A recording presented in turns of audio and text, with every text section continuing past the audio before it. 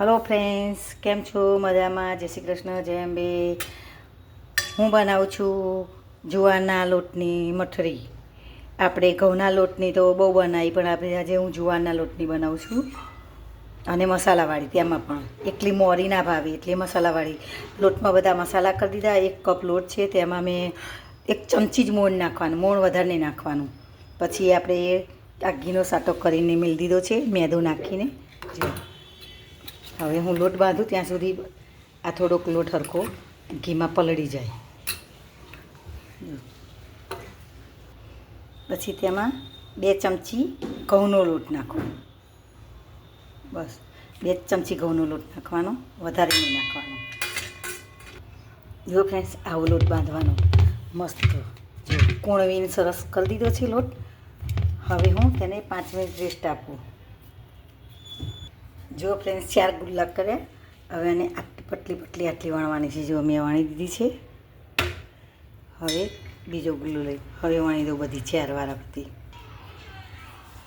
જો ફ્રેન્ડ્સ, આ ઘી સાટો આપણે ઘી નાખેલો લગાવી દીધો. હવે એના પર બીજી રોટલી નાખી દીધી.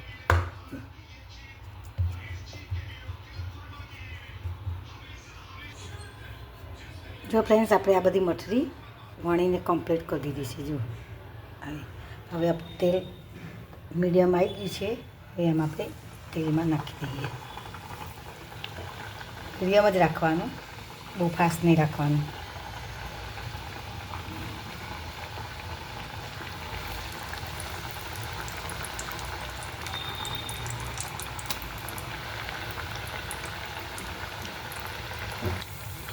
જો ફ્રેન્ડ્સ, આપણી આ તરાઈ છે મઠરી. લેયર બધા છૂટતા પડે છે. જો છે ને, જો આ તળી થોડી કડક કરવાની. અમે આ જુવારના લોટથી કડક જ થઈ જવાની.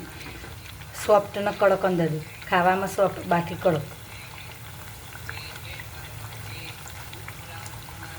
અને ડાયટ કરતા હોય એ લોકોને આ પણ ખાઈ શકાય જુવારની મઠરી. ઘઉં થોડોક નડે, ડાયાબિટીસવાળાને ઘઉં ના ખાવો હોય, એમને કોઈ વજન ઉતારવા માટે કરતા હોય, એના માટે આ બેસ્ટ છે વાનગી. સરસ. તમે આ રેસીપી તમે આ રીતે બનાવો મારી રેસીપીથી તો મસ્ત થશે. સાચવીને વણવાની ખાલી હોય છે બસ, બાકી બીજી કોઈ જ નહીં. લોટ બાંધવાની કંઈ બહુ ઝંઝટ હોતી નથી. જે રીતે બાંધીએ એ રીતે જ લોટ આપણે બાંધતા હોઈએ, પણ થોડુંક મસળીને લોટ બાંધવો પડે. જુવારનો લોટ એટલે મેં લોટ જ લીધો છે. લોટનો બાફીને નથી કર્યો, કાચો જ લોટ લીધો છે, પણ તો પણ સરસ મઠરી થઈ ગઈ. ધીમા તાપે તળવાની, એટલે અંદરથી પણ સરસ ચડી જાય અને એ બહારનું લેયર પણ સરસ ચડી જાય. જો છે ને,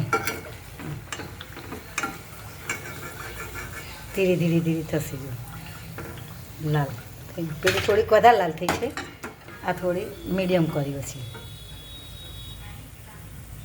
જો ઉપરથી મેં લાલ મરચું અને સંચળ કાશ્મીરી લાલ મરચું, થોડુંક તીખું મરચું લીધું 1 ચમચી, અને આવા સ્પ્રિંકલ કરી.